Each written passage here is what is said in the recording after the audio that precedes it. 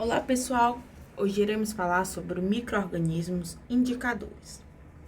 Primeiro, saber o que é esses micro-organismos e qual a utilidade. Os grupos ou espécies de micro-organismos que estão presentes nos alimentos vão nos trazer vários benefícios em relação à indicação da presença de outros micro-organismos. Ou seja, eles podem indicar a contaminação de origem fecal, provável presença de patógenos ou a deterioração potencial do alimento, se ele vai se deteriorar mais rápido ou mais devagar a nível microbiológico. Além de poder indicar as condições sanitárias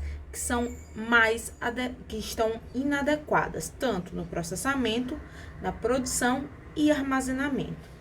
Alguns critérios são utilizados para determinar e selecionar que micro-organismos ou grupo de micro-organismos são mais adequados para serem utilizados como indicadores. Ou seja, os indicadores são uma forma de medir ou de avaliar a contaminação de algum patógeno ou de algum deteriorante de forma indireta. Alguns dos critérios: estar presente ou ausente, presente em quantidades mínimas ou ausente em alimentos livres de patógenos, número de bactérias ou de células similares ou correlacionados com o de patógenos, ser de rápida e fácil detecção, velocidade de morte semelhante, não superior, mas semelhante à do patógeno, fácil de diferenciar de outros micro-organismos, não estar presente como contaminante natural do alimento, tá? Pois se ele estiver presente como contaminante natural do alimento, ele não vai indicar a contaminação de outra fonte, como por exemplo de uma fonte de origem fecal. Sempre presente quando o patógeno estiver, e necessidade de crescimento e velocidade de crescimento semelhante às do patógeno. Ou seja, esse micro-organismo, ele não necessariamente vai ser um micro-organismo patógeno que causa doença, mas ele vai ter comportamento e características similares ao patógeno que você vai avaliar. Então, de forma indireta, você avalia a possibilidade da existência desse patógeno ou desse micro-organismo que vai deteriorar o alimento, e também diretamente você avalia as características de condições de higiene no processo produtivo e de armazenamento. Os indicadores de contaminação fecal, hoje mais conhecidos como indicadores de qualidade higiênico-sanitária, eles, além dessas características, precisam ocorrerem em alto números, em alta quantidade nas fezes, ter habitat exclusivo no trato intestinal, tanto de homens como de animais, técnicas rápidas e simples de detecção e ter alta resistência ao ambiente gastrointestinal, pois nem todos os micro-organismos conseguem sobreviver no ambiente do trato gastrointestinal, devido a condições, por exemplo, de alta acidez. Então, são micro-organismos mais resistentes, e nem todos os micro-organismos conseguem sobreviver nessas condições, portanto, não podem ser utilizados como indicadores. O grupo dos coliformes totais são um grupo formado por vários tipos de bactérias, principalmente as da família Enterobacteriaceae, que tem como características fermentarem a lactose produzindo gás. Isso é importante, pois será um dos principais parâmetros utilizados na análise da detecção desses micro-organismos em amostras de alimentos. Ou seja, vai ser produzido gás e você vai ver as bolinhas dentro do meio de crescimento deles. Em breve nós veremos mais sobre essas análises.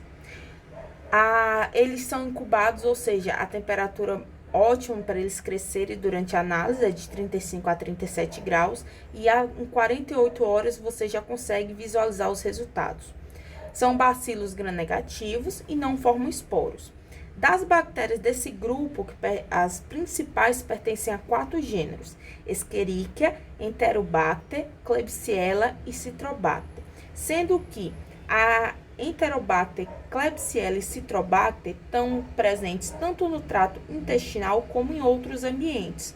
Apenas as do gênero Escherichia, como por exemplo a Escherichia coli, têm habitat primário no trato intestinal dos homens e animais, então são as mais representativas.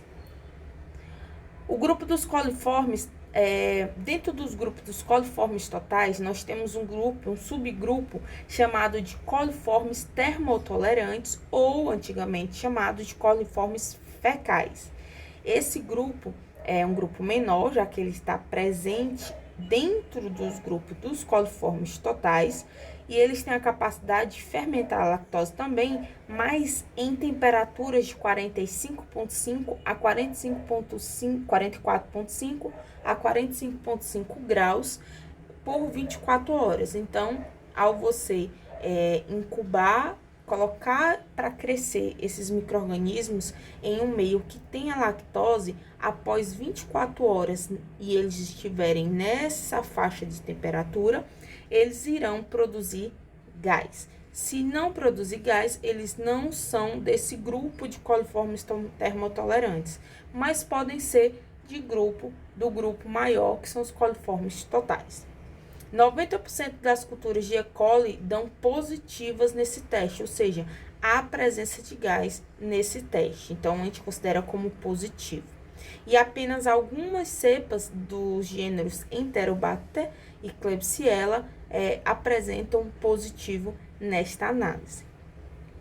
As principais aplicações das enterobactérias e coliformes são como indicadores de condições de higiene dos processos de fabricação, porque são facilmente inativados pelos sanitizantes utilizados nos processos de higienização e capazes de colonizar vários nichos das plantas de processamento quando a sanitização é falha. Então, se eles estiverem presentes,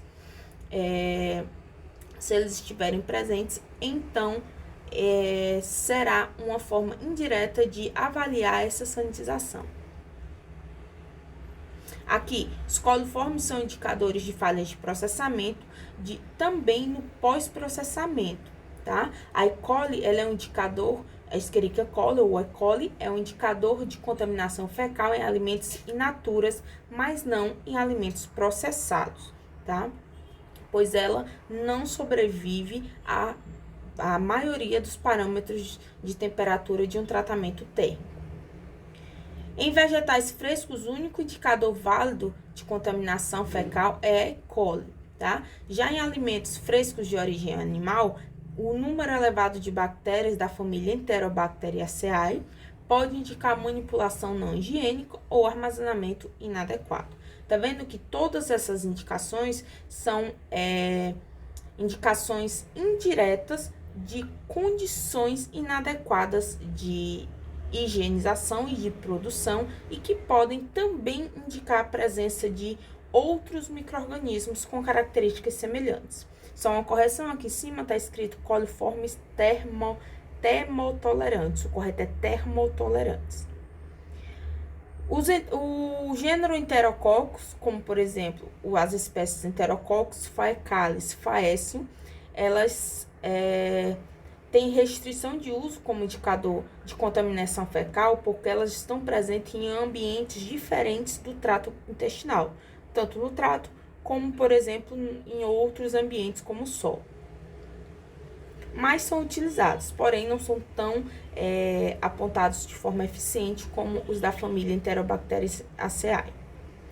Já os chamados indicadores gerais de contaminação de alimentos, eles são utilizados quando se necessita observar o grau de deterioração ou uma possível redução no prazo de validade. Ele traz informações gerais sobre as condições do alimento e é feita uma contagem das bactérias viáveis, ou seja, não se conta esporos aqui, se conta as células vivas que são capazes de se reproduzir.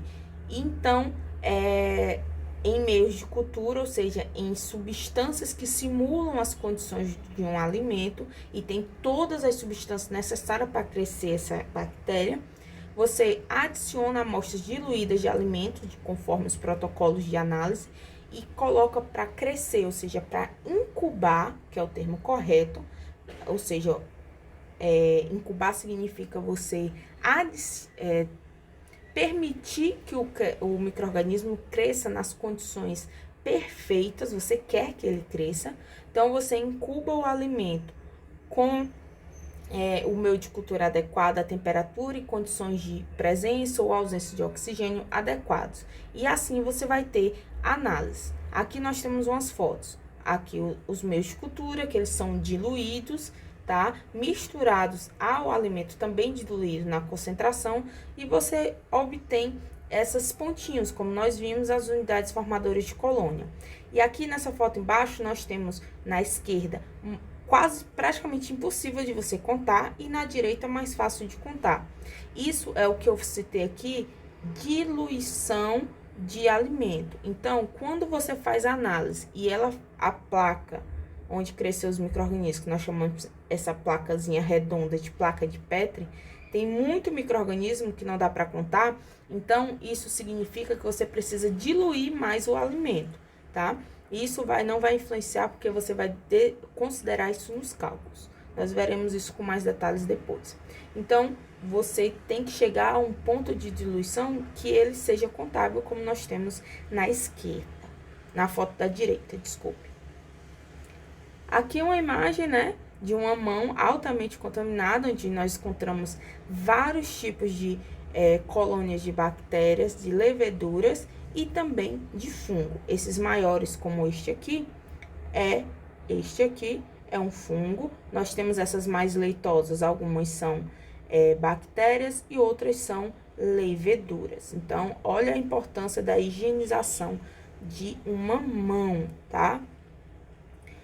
No caso se você for com esse modo aqui de você colocar as bactérias, leveduras ou fungos para crescer em uma placa de Petri, nós chamamos contagem em placa, tá? Em que você vai contar literalmente 1, 2, 3, quantas unidades formadoras tem lá. Então, a contagem em placas de bactérias que são mesófilas e aeróbias é indicada para indicar a qualidade sanitária de alimentos, independente de qual gênero e de qual espécie. É uma contagem geral dos grupos de bactérias que são mesófilas e aeróbias. E alta contagem, mesmo que não tenha nenhum patógeno presente, significa que o alimento foi produzido em condições insalubres ou armazenado em condições insalubres. Mesmo que não seja perceptível nenhuma mudança sensorial, mudança na cor, no aroma, no aspecto.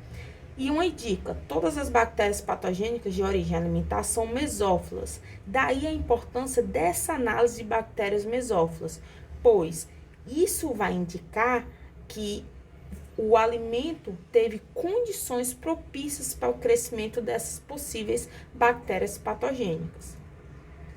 Aqui um exemplo, tá? De uma placa onde tem bactérias mesófilas, várias espécies, tá? Não é à toa que elas têm tamanhos e cores diferentes. E, em geral, a maioria dos alimentos apresenta alterações detectáveis quando há número superior a 10 elevado a sexta unidades formadoras por gramas de alimento.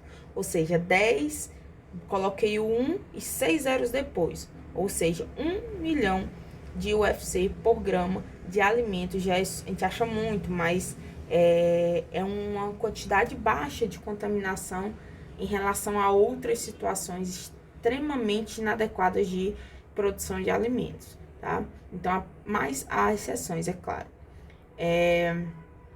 Unidade formadora, para ficar mais claro, que nós já vimos, mas cada pontinho desse significa que existem milhares de bactérias ou de bactérias que compõem cada pontinho desse, para que seja detectável a olho nu. Existe também a contagem específica para bactérias psicotróficas, então elas auxiliam na avaliação da deterioração de alimentos refrigerados. Já a contagem para bactérias termófilas, ela auxilia na avaliação da deterioração de alimentos submetidos a tratamento térmico. E as anaeróbias, a presença de bactérias anaeróbias em uma contagem específica indica de que ocorreu condições favoráveis para a multiplicação de patógenos anaeróbios, que são perigosos, como nós já vimos, como o Clostridium botulinum e o Clostridium perfringens. Professora, mas aí como é que eu vou saber se isso daqui é aeróbio, se é psicotrófico, se é um micro-organismo ou outro? Esse meio de cultura, ou seja, esse material aqui amarelado, que era líquido e solidificou ao resfriar, ele tem composição diferente específica para um micro-organismo ou para um grupo de micro-organismos. E também a temperatura específica de incubar, tá? Nós falamos aqui, por exemplo, que os termotolerantes são a tal temperatura. Então, essa temperatura, ela já é seletiva para crescer apenas o grupo ou a bactéria específica que nós queremos. Por exemplo, quando vai fazer uma contagem de bactérias psicotróficas, eu uso um meio de cultura que tem a composição nutricional favorável para esse grupo de bactérias crescer, e eu vou incubar na temperatura ótima dos psicotróficos, que nós vimos lá na aula de fatores intrínsecos e extrínsecos. No caso de termófilos, eu vou incubar na temperatura específica e ideal para crescimento de termófilo. No caso de bactérias anaeróbias, eu vou incubar na temperatura e na ausência de oxigênio, já que são anaeróbios, para crescer apenas esses grupos que têm essas características, que sejam bactérias, que sejam anaeróbias.